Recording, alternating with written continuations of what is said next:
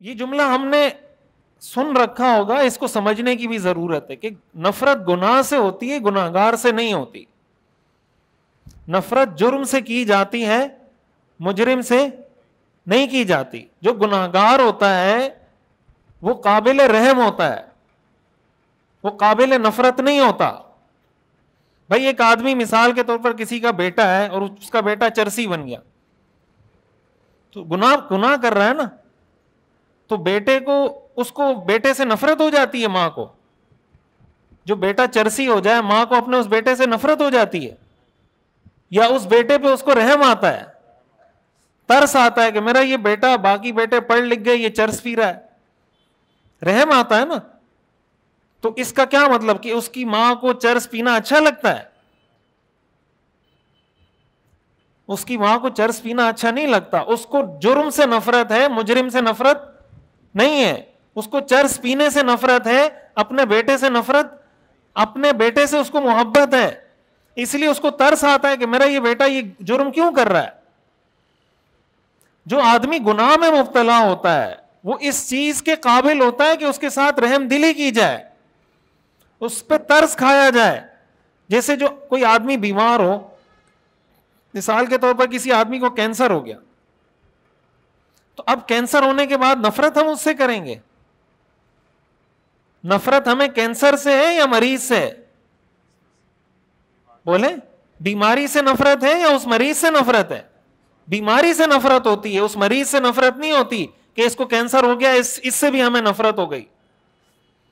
جو گناہ میں مبتلا شخص ہوتا ہے, چاہے وہ کسی بھی طرح کا گناہ کر رہا ہو, اس پہ رحم کھانا چاہیے, ترس کھانا چاہیے, اس معنی میں کہ یہ جہنم کی طرف جا رہا ہے, یہ اپنی آخرت خراب کر رہا ہے, یہ اپنی قبر خراب کر رہا ہے. اور کسی کے جنت جہنم کا فیصلہ خود سے نہیں کر دینا چاہیے کہ یہ جہنمی ہے یہ جنتی ہے. یہ بات میں اس سینس میں عرض کر رہا ہوں, ابھی پچھلے دنوں ہمارے ہاں جو 2-3 واقعات اس طرح کے ہوئے, ایک خاتون ہے, اداکارہ حمیرہ اصغر نام ہے, ان کی لاش ملی پتہ نہیں 6 مہینے پرانی, 9 مہینے پرانی. اداکارہ ہیں, کوئی پتہ نہیں یوٹیوبر ہیں, اداکارہ. ہم نے تو اس کے بعد ہی ظاہر ہے تفصیل پڑھی ہے, جب واقعہ ہوا ہے تو پتہ چلا ہے. 9 مہینے یا 6 مہینے پرانی لاش اس کی گھر میں پڑی ہوئی تھی, اور 6 مہینے 9 مہینے بعد مالک مکان آیا کرایہ لینے کے لیے, دروازہ توڑا تو اس کی لاش گل سڑ کے بالکل. تو اب اس سے کچھ دن پہلے ایک اور اداکارہ تھی, ان کی لاش ملی تھی گھر سے 1 ہفتہ 2 ہفتے پرانی لاش, اکیلے رہ رہی تھی. تو اب دیکھیں اس میں 2 چیزیں ہیں, اس کو اچھے طریقے سے سمجھیں. ایک ہے کسی عورت کا اداکارہ بننا, گانے گانا, فلمیں بنانا, ڈرامے بنانا, یہ سارے کام حرام ہیں, ناجائز ہیں, کبیرہ گناہ ہیں. بات سمجھ میں آ رہی ہے؟ کسی عورت کو شریعت اس بات کی اجازت نہیں دیتی, شریعت تو یہ اجازت نہیں دیتی یہ کہ ضرورت کے بغیر وہ گھر سے نکلے. تو شریعت اس کو فلمیں بنانے کی اجازت کہاں سے دے دے گی؟ شریعت اس کو ڈرامے بنانے کی اجازت کہاں سے دے دے گی؟ گانے گانے کی اجازت کہاں سے دے دے گی؟ فحش ویڈیوز بنانے کی اجازت کہاں سے دے دے گی؟ یہ ہے گناہ, یہ ہے جرم. ایک ہے وہ شخص یا وہ عورت یا وہ مرد جو اس گناہ میں مبتلا ہے. پھر بالخصوص جب کسی کا انتقال ہو جاتا ہے, حدیث میں آتا ہے رسول اللہ صلی اللہ علیہ وسلم نے فرمایا اپنے مردوں کا برے الفاظ میں تذکرہ مت کرو. جس کا انتقال ہو جائے نا, اگر اس کے بارے میں کوئی اچھی بات نہیں کر سکتے, بری بات مت کرو, اس لیے کہ اس نے جو عمل کیا وہ اپنا عمل لے کے اللہ کے پاس پہنچ گیا ہے, ہمارے تبصروں سے اس کا کچھ نہیں بننا. بھائی کسی کی لاش آپ کو ملی, کیا پتا اس نے مرتے مرتے کون سی ایسی توبہ کر لی ہو کہ اللہ نے اس کے سارے گناہ معاف کر دیے ہو. کیا ہمارے پاس کوئی اس کی کوئی شورٹی ہے کہ نہیں توبہ کر کے نہیں مری وہ, یا فلاں آدمی توبہ کر کے نہیں مرا, یا فلاں خاتون توبہ کر کے نہیں مری؟ ہمارے پاس کوئی شورٹی ہے؟ کیا پتا توبہ کی ہو, اللہ نے توبہ قبول کر لی ہو, اللہ نے سارے گناہ معاف کر دیے ہو, اللہ سے کون پوچھ سکتا ہے؟ کل بنی آدم خطاء وخیر الخطائین، ہر بنی آدم گناہگار ہے اور بہترین گناہگار وہ ہے جو توبہ کرتا ہو. مشہور واقعہ ہے، صحیح بخاری صحیح مسلم کی حدیث ہے کہ فاحشہ عورت کی اللہ تعالیٰ نے ایک مغفرت کر دی تھی. کس وجہ سے؟ کہ ایک پیاسے کتے کو پانی پلایا تھا،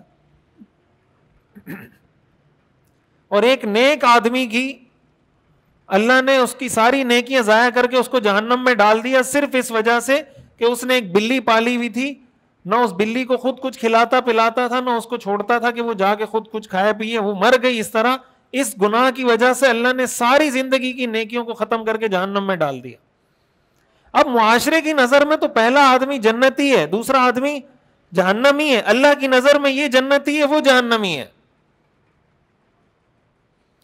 یہ بات سمجھ میں آ رہی ہے؟ اس طرح مطلب گناہ کو تو کنڈیم کیا جا سکتا ہے، گناہ کے بارے میں کہا جا سکتا ہے یہ کام نہیں کرنے چاہیے، لیکن اس طرح کسی پر تبصرے کرنا کہ یہ بری موت مری، یہ ایسی فلاں موت مری، یہ فلاں ایسی موت مرا، ایسے تبصرے کسی پہ نہیں کرنے چاہیے. ایسی موت کوئی بھی مر سکتا ہے، اور ایسی موت مرنا کسی کے نیک یا برا ہونے کی نشانی نہیں ہوتی. نیک آدمی بھی ایسے مر سکتا ہے. نیک آدمی نہیں مر سکتا ایسے کہ کہیں گھر میں اکیلا رہ رہا ہو، گر جائے، 6 مہینے تک پڑا ہو، 6 مہینے بعد اس کی لاش ملے، ایسا نہیں ہو سکتا. جو آدمی جس کی اس طرح 6 مہینے بعد لاش ملے گی الٹیمیٹلی وہ گناہگار ہوگا. یہ سٹینڈرڈ ہے شریعت کی نظر میں کہ یہ گناہگار ہے، یہ جنتی ہے، یہ جہنمی ہے. ہاں عبرت حاصل کرنی چاہیے، جو اصل کرنے کا کام ہوتا ہے وہ ہم نہیں کرتے.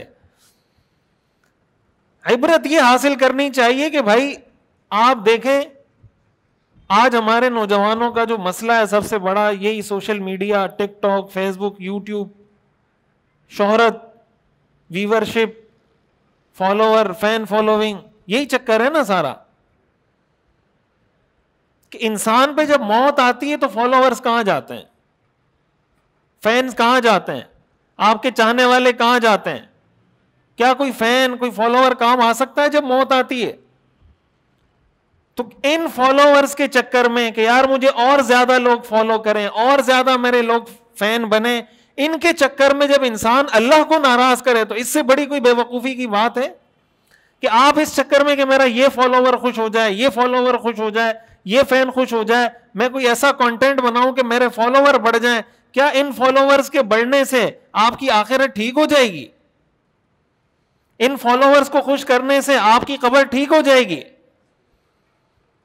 یہ سیکھنے کی چیز ہے کہ اگر ہم سوشل میڈیا استعمال کر رہے ہیں تو ہمیں یہ پتا ہونا چاہیے کہ ہم کیا سوشل میڈیا اس طریقے سے استعمال کر رہے ہیں جیسے شریعت کا حکم ہے. قرآن حدیث میں سوشل میڈیا استعمال کرنے کے بھی سارے آداب، اصول، ضابطے بتائے گئے ہیں قرآن حدیث میں. کیا یہ قرآن حدیث کا ضابطہ نہیں ہے جو میں آپ کو بتا رہا ہوں کہ حضور نے فرمایا تکبر کی ایک نشانی یہ ہے کہ لوگوں کو اپنے سے حقیر سمجھیں. کسی گناہگار کو بھی اپنے سے حقیر نہیں سمجھ سکتے، کسی گناہگار کو بھی اپنے سے حقیر. اس کی وجہ یہ ہے، اس بات کو اچھے طریقے سے سمجھیں. ہم کہتے ہیں کہ میں تو روزانہ 5 وقت کی نماز پڑھتا ہوں، میں تو 5 وقت کی نماز پڑھتا ہوں، وہ آدمی تو 1 وقت کی نماز پڑھتا ہے یا وہ 4 نمازیں پڑھتا ہے، تو وہ میں تو اس سے بہتر ہوا. سوال پیدا ہوتا ہے نا ذہن میں کہ ایک آدمی 3 نمازیں پڑھتا ہے، دوسرا آدمی 5 نمازیں پڑھتا ہے، تو 5 نمازیں پڑھنے والا آدمی یہ تو سمجھے گا کہ میں 3 والے سے بہتر ہوں. تو اس سینس میں تو وہ سمجھ سکتا ہے کہ ٹھیک ہے میں شریعت کے احکام کی پابندی کر رہا ہوں، ٹھیک ہے. لیکن کیا 5 نمازیں پڑھنے والے کے پاس اس بات کی کوئی گارنٹی ہے کہ اس کی 5 نمازیں قبول ہو رہی ہیں؟ اس بات کی کوئی گارنٹی ہے؟ اور اس کی کوئی شیورٹی یا اس کو اس بات کی کوئی خبر ہے کہ جو 3 نمازیں پڑھ رہا ہے اس کی 3 نمازیں قبول ہو رہی ہیں یا نہیں ہو رہی؟ آپ مجھے بتائیں جو 3 نمازیں پڑھ رہا ہے اگر اس کی وہ 3 نمازیں قبول ہو رہی ہوں اور جو 5 نمازیں پڑھ رہا ہے اس کی ایک بھی قبول نہ ہو رہی ہو، تو اللہ کی نظر میں کس کی ویلیو زیادہ ہے؟ جس کی قبول ہو رہی ہے. حدیث میں آتا ہے، حدیث آپ نے بار بار سنی ہوگی کہ بعض لوگوں کی نمازیں گندے کپڑے کی شکل میں قیامت کے دن ان کے چہروں پہ، منہ پہ مار دی جائیں گی. تو انہوں نے پڑھی ہوں گی تو منہ پہ ماری جائیں گی نا, اگر پڑھی نہیں ہوں گی تو منہ پہ کیا مارا جائے گا. تو جو آدمی 5 وقت کی نماز پڑھ رہا ہے, دوسرا آدمی 3 وقت کی نماز پڑھ رہا ہے, یہ فکر تو ہمیں کرنی چاہیے کہ یار یہ بھی 5 وقت کا نمازی بن جائے. یہ گناہ میں مبتلا ہے, کبیرہ گناہ میں مبتلا ہے, نماز کی پابندی نہیں کر رہا.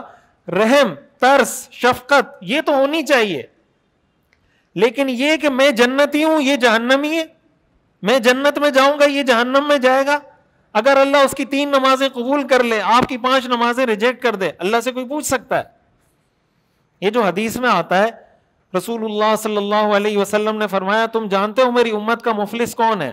صحابہ نے فرمایا مفلس وہ ہوتا ہے جس کے پاس پیسے نہ ہو, درہم و دینار نہ ہو. آپ نے فرمایا نہیں, میری امت کا مفلس وہ ہے جو قیامت کے دن پہاڑوں جیسی نیکیاں لے کر آئے گا, لیکن کسی کو گالی دی ہوگی, کسی کو تھپڑ مارا ہوگا, کسی پہ تہمت لگائی ہوگی, کسی کا حق دبایا ہوگا.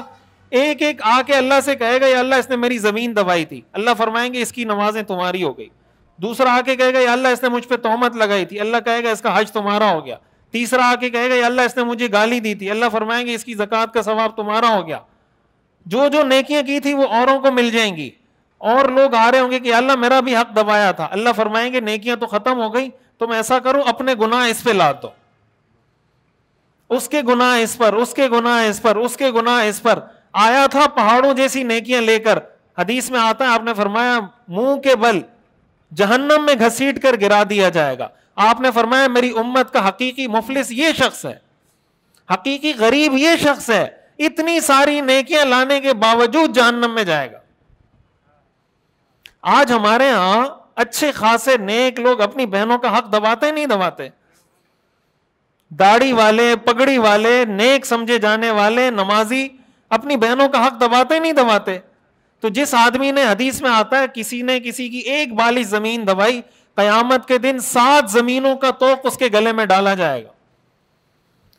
7 زمینیں اگر ہمارے گلے میں ڈال دی جائیں تو تصور کر سکتے ہیں کتنی تکلیف ہوگی. اگر 1 کلو کی زنجیر ڈال دی جائے گلے میں, 2 کلو کی زنجیر ڈال دی جائے گلے میں, تو وزن برداشت کر سکتے ہیں ہم؟ تو 7 زمینیں اگر گلے میں ڈال دی جائیں تو کیا حال ہوگا اس کا؟ تو 1 بالی زمین اگر کسی نے دبائی اور وہ 5 نمازیں بھی پڑھ رہا ہے, دوسرا آدمی 3 نمازیں پڑھ رہا ہے, لیکن اس نے کسی کا حق نہیں دبایا ہوا, یہ 5 والا سمجھ رہا ہے میں جنتی ہوں, اس 3 والے کو جہنمی سمجھ رہا ہے. یہ نہیں دیکھ رہا کہ میں نے زمین دبائی ہوئی ہے, اس نے نہیں دبائی ہوئی. معیار صرف یہ چیز تو نہیں ہے, معیار تو کمپلیٹ کوڈ آف لائف, آپ کی کمپلیٹ لائف ہے, پوری زندگی ہے کہ کہاں کہاں آپ شریعت کو وائلیٹ کر رہے ہیں, کہاں کہاں آپ فالو کر رہے ہیں. یہ بات ہے جو رسول اللہ صلی اللہ علیہ وسلم نے فرمائی. غمط الناس, تکبر کی پہلی علامت لوگوں کو اپنے سے حقیر سمجھنا. کسی بھی وجہ سے آپ یہ فیصلہ کوئی شخص نہیں کر سکتا کسی کے بارے میں, جنت جہنم کا کوئی فیصلہ نہیں کر سکتا. اس کی وجہ یہ حدیث میں آتا ہے, رسول اللہ صلی اللہ علیہ وسلم نے ارشاد فرمایا انما الاعمال بالخواتیم, اعمال کا دار و مدار خاتمے پر ہے. اعمال کا دار و مدار خاتمے پر ہے کہ اس کا خاتمہ کیسے ہوا ہے. حدیث میں آتا ہے نا, ایک آدمی ساری زندگی, ان احدکم لیعمل بعمل اہل الجنہ, تم میں سے ایک آدمی ساری زندگی جنتیوں والے کام کرتا ہے, حتی ما یکون بینہ وبین الجنۃ الا ذراع, یہاں تک کہ اس کے اور جنت کے درمیان 1 گز کا فاصلہ رہ جاتا ہے. فیسبق علیہ الکتاب فیعمل بعمل اہل النار فیدخلها, اتنا فاصلہ رہ گیا 1 گز کا, ساری زندگی جنت والے کام کیے, اب جنت کے اتنا قریب آ گیا کہ 1 گز کا فاصلہ رہ گیا. آپ نے فرمایا مرتے مرتے کوئی ایسا کام کر کے مرتا ہے کہ مرتے ساتھ ہی جہنم میں جاتا ہے. اور آپ نے فرمایا ان احدکم لیعمل بعمل اہل النار, ایک شخص تم میں سے ساری زندگی جہنمیوں والے کام کرتا ہے, حتی ما یکون بینہ وبین الجنۃ الا ذراع, یہاں اس کے اور جہنم کے درمیان 1 گز کا فاصلہ رہ جاتا ہے. مرتے مرتے کوئی ایسی نیکی کر جاتا ہے کہ مرتے ساتھ ہی جنت میں داخل ہو جاتا ہے. اب دنیا کی نظر میں تو وہ جنتی ہے, اللہ کی نظر میں جہنمی ہے. دنیا کی نظر میں جو جہنمی ہے, اللہ کی نظر میں وہ جنتی ہے. اس لیے کسی کے جنت جہنم کے فیصلے کرنے کے ہم مختار اور مجاز, ہاں ہم یہ کہہ سکتے ہیں یہ کام ٹھیک ہے, یہ کام غلط ہے. یہ ثواب کا کام ہے, یہ گناہ کا کام ہے. جو آدمی یہ کام کرے گا اس کو ثواب ملے گا, جو آدمی یہ کام کرے گا اس کو گناہ ملے گا. اس کے بارے میں شریعت نے کہا ہے کہ یہ کام کرنے والا جنت میں جائے گا, یہ کام کرنے والا جہنم میں جائے گا. ہم یہ نہیں کہہ سکتے کہ یہ آدمی جہنم میں جائے گا. اسی طرح ہمارے ہاں جو جذباتیت ہے, سطحیت ہے, کوئی ریسرچ نہیں ہے, کوئی تحقیق نہیں ہے, کسی نے کوئی پوسٹ چلائی اس کو آگے چلتا کر دیا. اب اسی مسئلے کو آپ لے لیں کہ بھائی یہ جو خاتون کا انتقال ہوا, خبر چلی, بھائی والد نے لاش لینے سے انکار کر دیا, بھائی نے لاش لینے سے انکار کر دیا, بہنوئی نے لاش لینے سے انکار کر دیا. کیا کسی نے تحقیق کی ہے کہ واقعی میں انکار کیا تھا یا نہیں کیا تھا؟ سارے شیئر کیے جا رہے ہیں. مجھے نہیں پتا کیا تھا یا نہیں کیا تھا. میں یہ کہہ رہا ہوں کسی نے تحقیق کی ہے یا بغیر تحقیق کی ہے, ایک رپورٹ آئی, سب نے شیئر کرنا شروع کر دیا کہ والد نے لاش لینے سے انکار کر دیا. پتہ نہیں کیا تھا نہیں کیا تھا, بھائی نے لاش لینے سے انکار کیا تھا یا نہیں کیا تھا, کچھ پتہ نہیں ہے, لیکن شیئر کیے جا رہے ہیں.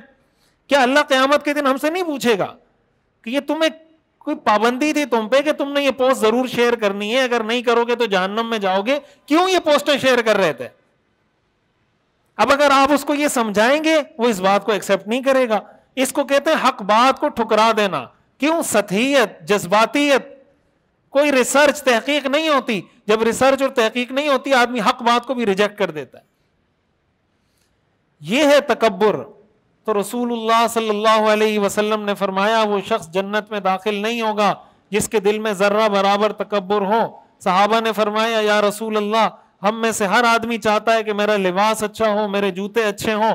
آپ نے فرمایا ان اللہ جمیل یحب الجمال, اللہ جمیل ہے, جمال کو پسند کرتا ہے. تکبر اس کو نہیں کہتے. تکبر کہتے ہیں غمط الناس و بطر الحق, لوگوں کو حقیر سمجھنا اور حق بات کو ٹھکرا دینا. اللہ تعالی ہمیں تکبر کی اس بیماری سے محفوظ فرمائے. وآخر دعوانا الحمد للہ رب العالمین.